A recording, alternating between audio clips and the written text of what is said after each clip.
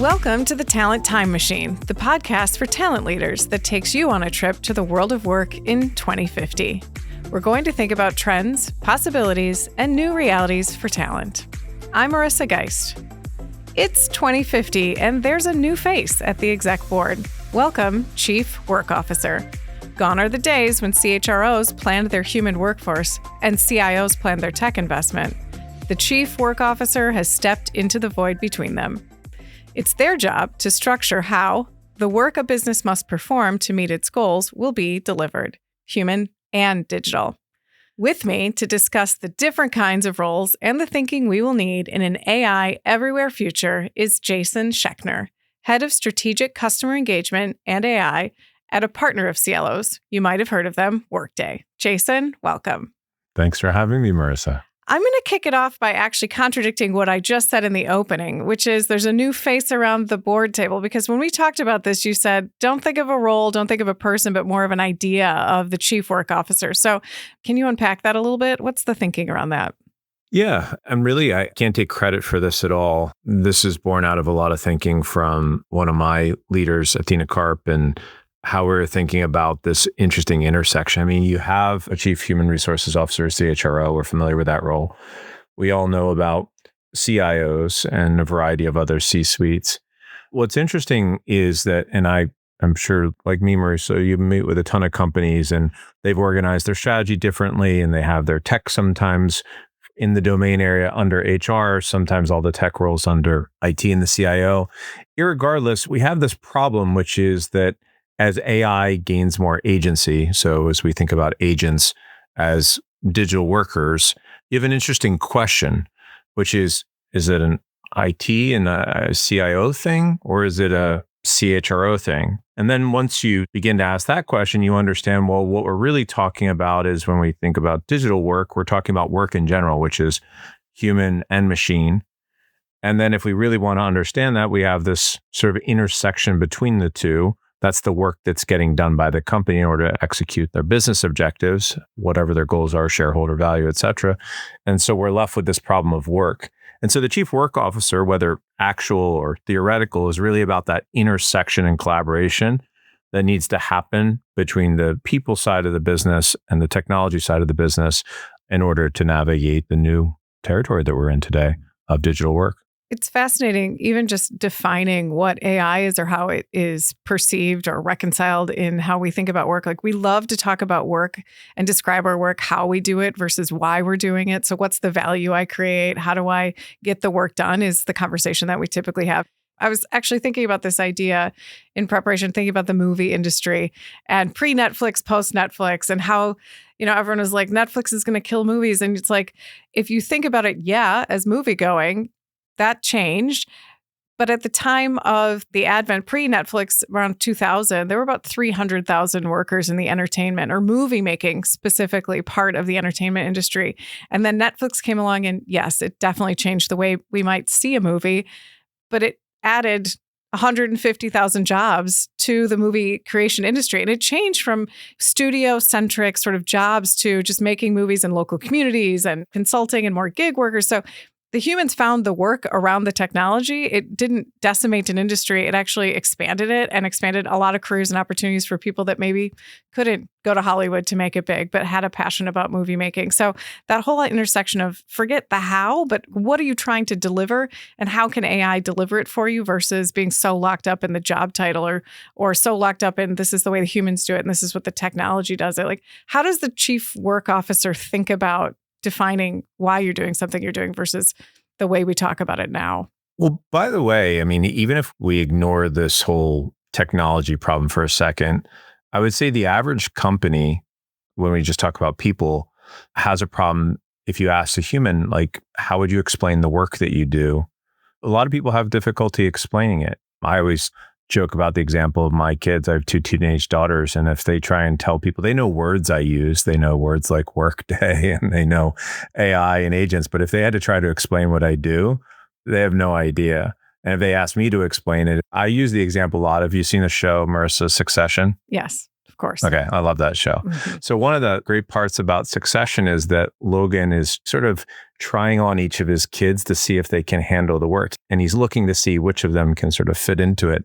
But part of that problem is sort of inherent in this idea of how do I find the person to do what I do? Or how do I explain what I do and put that into words? And I think that's a fundamental problem for humans, regardless of technology. I think technology exacerbates it because it forces us to categorize it and take something that's unstructured, because technology often relies on structuring of that concept to say, how do we define that? And then that puts pressure on the people. So I think it's more important that we're asking the question, that we have the role defined.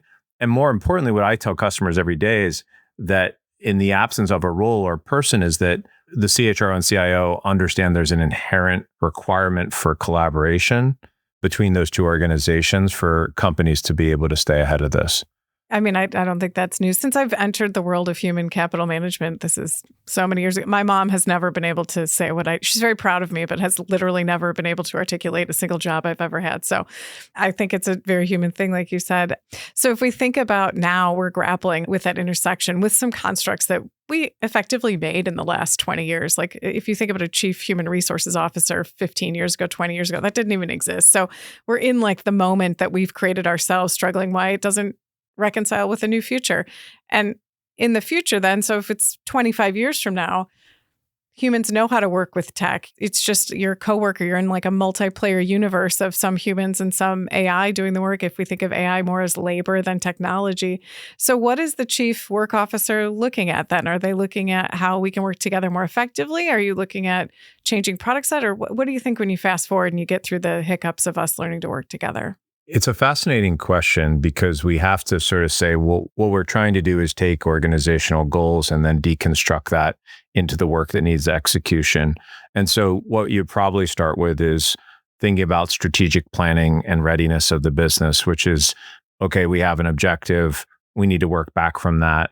And this has everything to do with investments, capital, headcount, and so forth. And then you would say, okay, well, how would we attack that?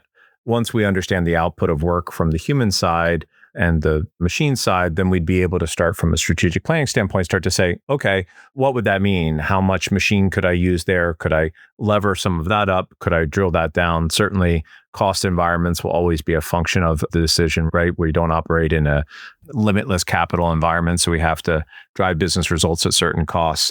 And so those become very interesting questions that is about that partnership. And that's where you have even the CFO and other executives involved in these decisions. There's risk factors of certain decisions, right? If we decide to leverage more digital work than human work, what does that mean? What are the implications there?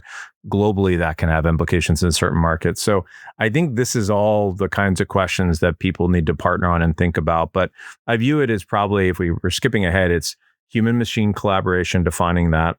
I think it's the redefinition of roles and work, and that's in partnership, obviously, with the CHRO and so forth. I think it's that strategic planning we talked about. I think it's the democratization of skills.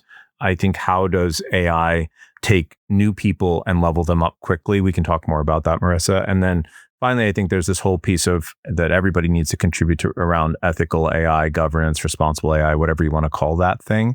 I think that's a big part of this as well, because if AI is going to be part of your workforce, we're going to need to care about that. So I think those would be the big topics that we've thought about.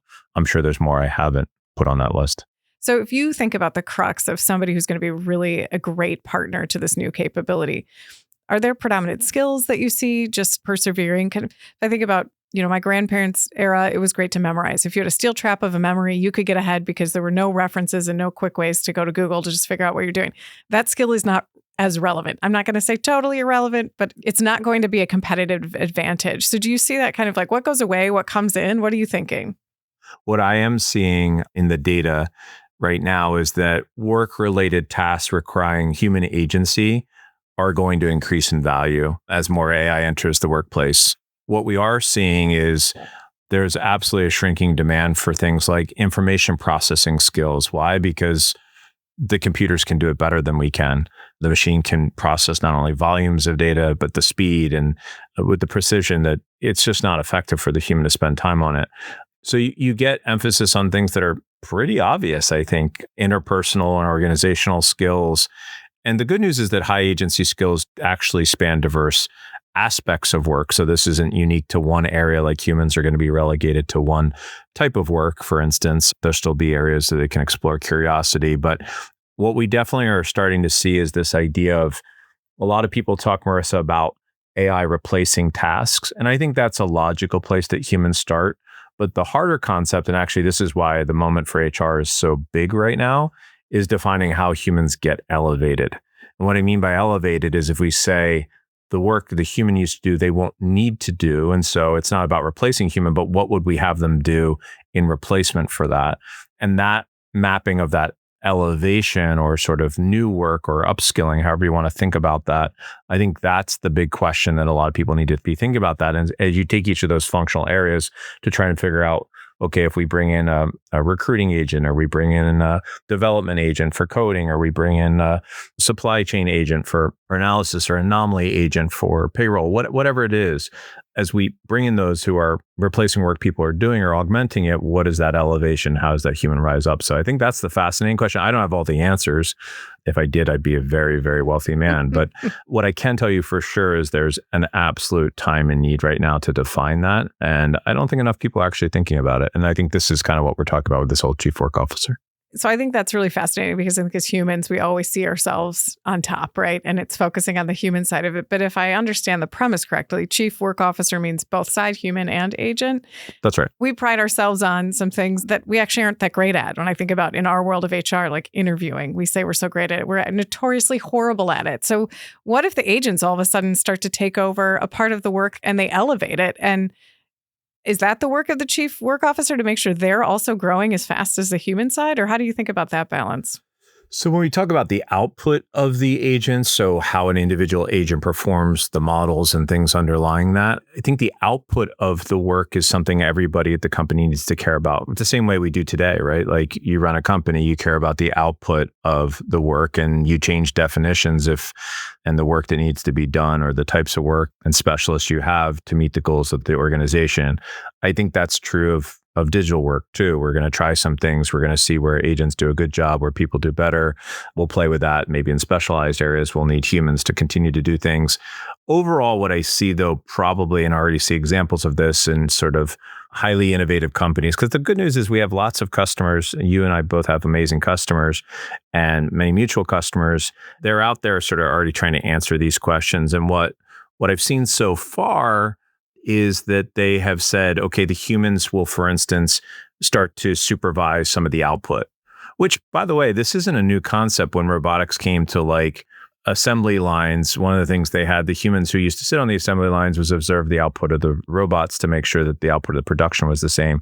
So it's not actually a new concept to say that we would actually start to evaluate that and evaluate the process output and then look for optimization of the processes that are inputs to the machine. So I think those are the most logical places. But then the other area that's kind of fascinating is the strategy work. Today, you're an executive, so hopefully you get to spend a decent amount of time on strategy. But a lot of people day to day, they don't get to think about strategy. It's a very small part of what they do. A lot of it is process orientation, and then most of it's transactional. Right. And so what we hope mostly, irrespective of all these kinds of like very logical questions we ask as humans, is what we would hope is that the human is freed up to spend more time on strategic work, which would include skills that are strategic output for the company and growth initiatives. Process is probably never going to go away, but you would hope that it shifts to maybe process reinvention versus just process adherence. And then transactional administration ideally should be pushed down as much as possible to the agents, either enabling humans to do more of what we just talked about, or to actually execute the things we don't want the humans to do. We have a triangle that describes this sort of value of human and agentic collaboration. So two things that I heard in there that I think have fueled the debate. The fear, we definitely have currently our clients on a pretty wide spectrum of how comfortable they are experimenting. And in fact, we are just as likely to see a client experimenting now as to wait and see what everybody else does. Like everybody's all over the bell curve. One thing, when I think about this idea of if the agents are labor, are they going to take the work? Are there going to be less jobs? And I also have kids. I have 4 boys. So you can imagine the amount of laundry that is done in our house. And 100 years ago, people spent 10 to 12 hours a week doing laundry. Now it's down to 1.5 in the average household. I'll give mine 3 hours then if the average household is 1.5. But like no one has less housework to do. We find the work. Humans are notorious for finding the work. And that is actually what makes us human, is finding a better way and filling our time with better and greater tasks. So in 2050, if we've got all the administrative, hopefully, and kind of the places where people don't love to think and sit and work, that's handled by the agents. Like, what do you think humans will be doing? Are we going to be exploring more, inventing more? What do you think this looks like a post-AI, post-agent world? Well, by the way, I feel like you have secretly gotten a hold of some of my material here. Because the washing machine is a good example of upper limit innovation. So it can replace the task. It can speed up the task, but it's not going to take on more and more. And what's interesting about AI is that it's actually unlike that upper limit innovation that we had in the past. So if we think about the example you gave, yes, we'll find more work, but what's interesting is the AI can find more work and we'll be able to take on more things way more quickly and with less upper limit or no limit potentially as compared. So I think that's the one thing that we have to reflect on, and which is, again, why it's so important that we have a moment to define this, because it's not like we just gain incremental benefit or some... It's up to how well that we used to do it, right? Our thinking isn't the limitation on the top of it. Exactly. And so that puts us in a new sort of paradigm here. And again, if we're not thinking about it, we're waiting to see what happens. I think that becomes a very dangerous moment for us. Like I said, I think this is one of those pivotal moments where the innovation curve needs to be looked at differently, because we already see AI doing things that a lot of the machines we thought of in the past would be unable to do. It actually goes back to the second part of the question, which is I heard and saw Workday launching an agent onboarding module, because these are just like any other work. And assuming we have agents doing multiple tasks, then there's probably supervisory agents. We've seen the orchestration layer, agents directing other agents' work. When we think about this whole ecosystem or the multiplayer universe, will humans have agentic bosses? Do I work for a manager that isn't a human? Do we ever see that as a good thing, a bad thing? Like, what's the interplay of management, hierarchy, decision making in 25 years? Mixed? So first of all, we can absolutely imagine agents in our org chart. Why? Because they're executing a whole set of task responsibilities that you would have hired others to do. Now, the interesting thing about something in your org chart is, unlike a human, which can't hold multiple roles, that agent has the ability to actually do that across multiple orgs. So let's just say you had an agent that was doing some sort of risk detection. You could actually deploy that across multiple departments. That same skill or agent being leveraged in different use cases could be a part of multiple org charts. So that's fascinating to think about, because that's not a human concept. The closest thing we have to that in humans would be like gigs or projects that we would take on, right? But the AI can take on projects at a scale humans can't. Huge implications for org structures, right? Like, I have to define this role because someone who's an account manager is very different than an accountant. Yep. So we've defined it around our very human paradigms versus saying agentically, what's the best and highest use of this? And forget then what is left for the human in those cases. There's all sorts, and that's why the opportunity for HR is actually huge, because there's comp implications, there's certainly work upskilling implications, all the things we talked about before. In terms of agents that I report to, I think we have to deconstruct, what does it mean to report to somebody? Is that a human structure, or is it about something else? Somebody to approve my time off, an agent could do that. Somebody to give me a performance review, probably an agent could do some of that. Somebody to give me coaching, an agent could do some of that. You might actually, I think all those psychological tools, people are more apt to listen to an agent than another human, right? If I don't agree with what... Well, yeah, there's fascinating data on the medical side of willingness to listen to an agent versus a doctor. And so, so you're spot on, Marissa. What I'm sure of is that actually performance, whether you're digital or human, is critical. Now, with humans, we do it for other reasons, some subjective in terms of career and progression and things like that. But ultimately, we care about the organization as we're tasked with hiring a set of people to perform an output. And the performance is a way to measure that.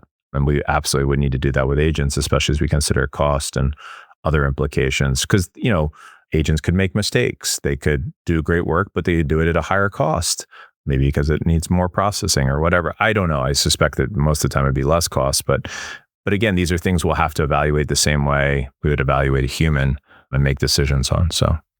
Okay, so Jason, we talk a lot about the chief work officer doing some tactical things, redefining our structures, but are we missing the point of trying to fit the agents or the AI into the way we work? And again, having the limitation of what we can do today versus thinking the white space of what we can do with them that we cannot do on our own, that we never could imagine doing. So what's that white space look like? How should we be thinking about that?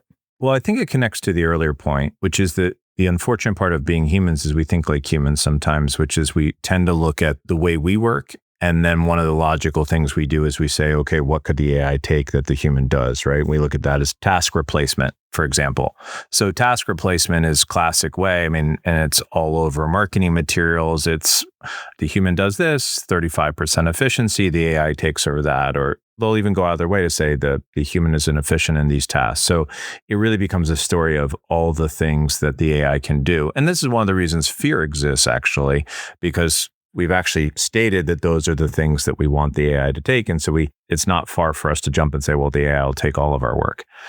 Which what I've encouraged a lot of leaders to think about is AI has different scalability than humans.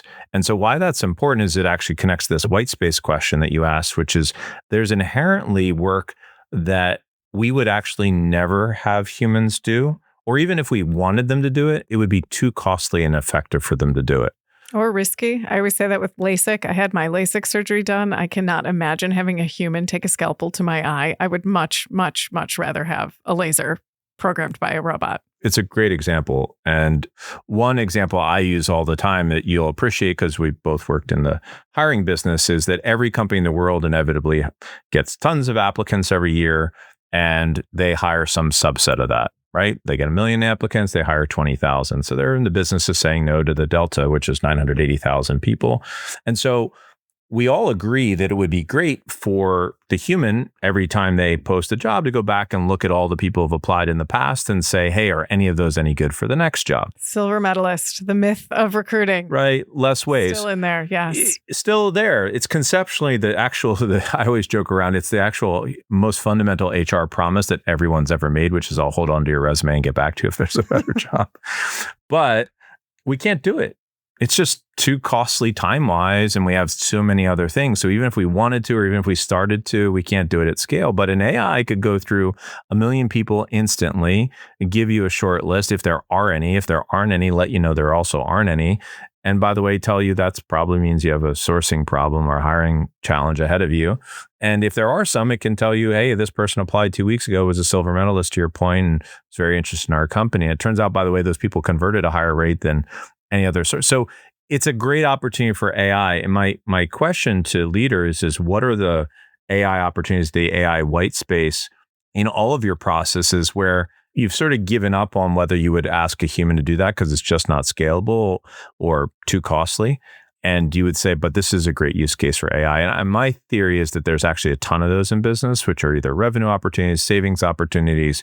And that's not scary because the humans are never going to do that work because we wouldn't let them do that work.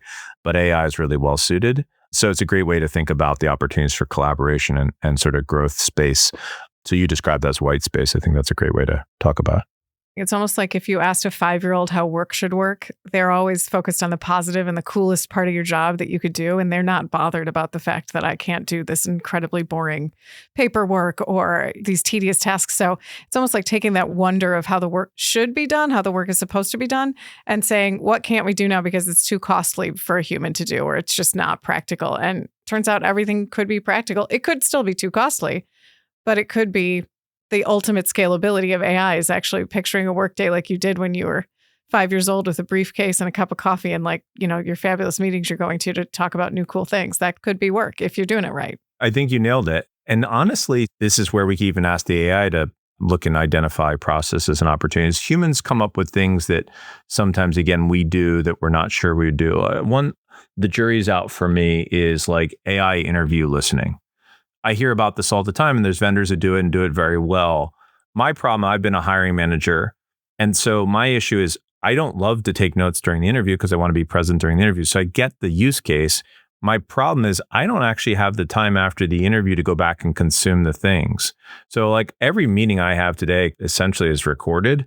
I don't really consume. It's nice to have the data. So maybe the data is the valuable output.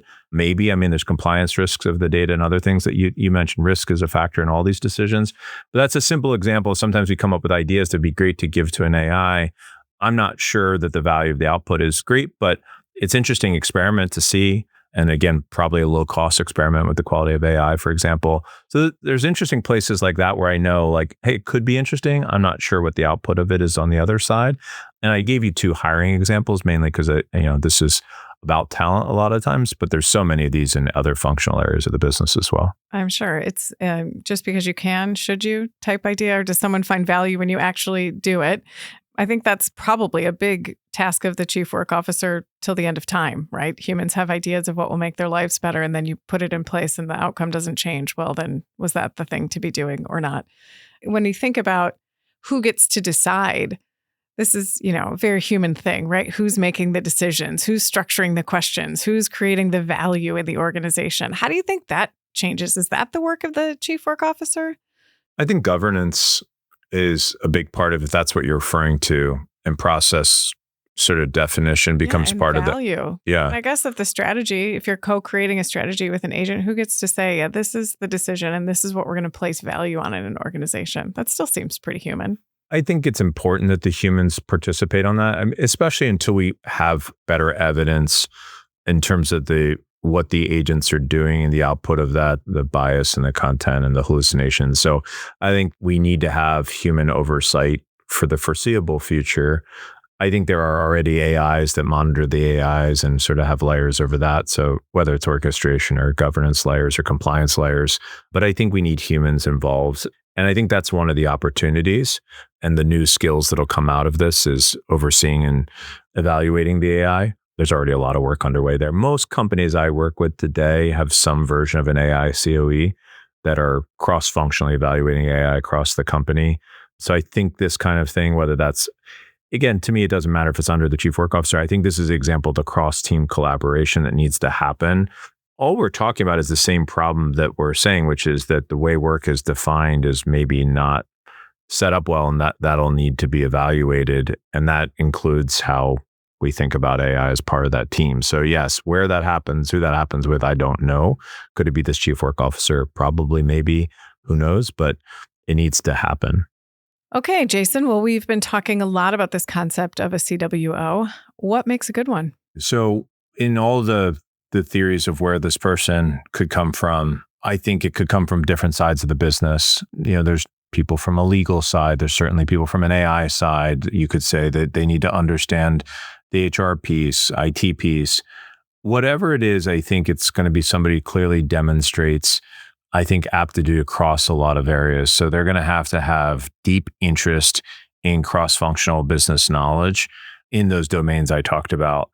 So again, whether they're an HR person that is incredibly technical or a technical person that's incredibly people-oriented, it's got to be a hybrid or something. Or you could have somebody who's a CWO reporting under the IT side or reporting under the HR side potentially. So I think that's really important. I do think certainly understanding the human machine collaboration means that they have to have practical experience with AI and thinking about that. Otherwise, I think there's too much information that can get missed in terms of the work design. But I think this person has to be able to take apart the business objectives. So I think there's also that business orientation. This person also has to be, very clearly somebody who's a disruptor, not afraid to take risks, but also mindful of risks. So interesting dichotomy. I was going to ask, do you need a disruptor or an evangelist or a disrupting evangelist? I don't know if those exist. Is it more bleeding edge, or is this somebody who comes in as the first follower, do you think? I could see both versions. And I think there will be multiple people who are different versions of those, right? And so I think that's okay. We don't know what great looks like yet. We just know that there's a defined need. The best examples I've seen so far are there's a couple companies out there who have started to merge like HR and ID departments. There's been some, like Moderna had a big piece in article about this and how they're starting to take that leap. That's one example directionally. We can find proxies for that in contingent and a full-time workforce where you have HR owning contingent work. And that's, again, it's about contemplating the total work that needs to get done in the people. So I think it's similar to that. What we know is that the people who do this work are going to need to be aware of all these things, and they're going to need to either physically do both or they're going to need to collaborate across those teams effectively. That makes total sense because it's not one role today. So you can't just lift and shift one person or one profile. It kind of like when the COO job came up, it depends on what you need in the company about where you pull from. But I guess my biggest question then is, does it have to be a person or could it be AI? I think it'll be a person for now, but I reserve the right to come back and change that. Okay, noted. We'll reserve the right. We can place bets. Okay, so thank you for the discussion. I think before we sign off, I do want to do a quick fire round of what you think this role should be, AI or human. And we actually asked AI what AI thinks, but are you up for a game? If I tell you a role, can you say AI or human? I'll do my best. Okay. No wrong answers. No future facts. I'm not using AI. I'm not collaborating with AI to give these answers. So these are purely, I should qualify, these are purely human answers. 100% pure human answer. Limited by my own capability. Okay. Weekly grocery shopper. I mean, that could definitely be AI, especially with all the delivery services. So yeah, AI for sure. AI agrees with you. Okay. Driving instructor. Yeah, I mean, we're not too far away from, I mean, again, if you think about autonomous vehicles and where they are, I would actually say some of the AI instructors might even be kinder, gentler than some of the ones my kids have had over the years. Now, I happen to think I'm a great driving instructor. I don't know if my girls would agree, but I think sadly, probably AI is better suited here. So AI agreed with you. Blended, it said to begin with, autonomous vehicles are a good representation of that. But if you want to learn old school manual driving as a hobby, that's probably not great for the AI. Who knows? Okay. Musician. I mean, listen, I haven't listened to like AI produced music yet. I think it's like anything else, like within art and anything that's creative, I think there will be always things that are dynamically uniquely human. And I think the opportunity actually here is to like invent new things. Those things are always uniquely human. I think AI can produce probably amazing things at a fidelity rate that's pretty good for today and what humans can do. But I think it's like anything though. It's like there will be, whether it's wine or any of these things, I mean, humans will gravitate toward the things that are unique. And maybe it's that the AI version becomes commoditized and the thing that is unique is the human one, and that we subscribe value to that. I don't know. That's a really interesting lens to put on all of this, actually. Okay, receptionist.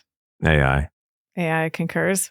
Yeah, it's already yes. there. Yes. Preferred sometimes when you're just like, just let me type in the screen. Okay, project manager. Yeah, I mean, I think I've got AI doing some project management for me right now. I've got a couple workflow assistants that are keeping me on track with projects. So this is where like that idea of elevation comes in. So I think you'd want the humans to be sort of the cohesive project manager, and then AI could execute day-to-day projects, at least for now, or sub-projects and things like that. But I think AI is definitely capable of staying on task with times and deliverables and alerting people. Okay, last one, politician. Listen, I think these are the examples where there is the nuance of humanity is definitely in politics, I think is a very human aspect. I think political decision making, I think there's a lot of use cases for AI, certainly in finding the best path that's nonpartisan to get to the right thing for the constituents. But the politicians themselves, they'll be people for now. AI also said the same thing, more focus on research, speech writing, but human politicians. It's an inherently people-centric task, I guess. Thank you so much, Jason. This has been an insightful conversation. Lots of things to think about, lots of changes that we can't even picture yet. But I think a really great couple of concepts about don't let your own humanity limit how you think about coworkers of the future, and the chief work officer being the person that figures out how the partnership between AI and humans can unlock to do things that we can't even imagine doing today, and how important this role is in the future, but probably need to be thinking about it today, as some of this is very real and very here. Again, this has been Jason Scheckner, Head of Strategic Customer Engagement and AI at our partner, Workday. Thank you, Jason. Thanks, Marissa.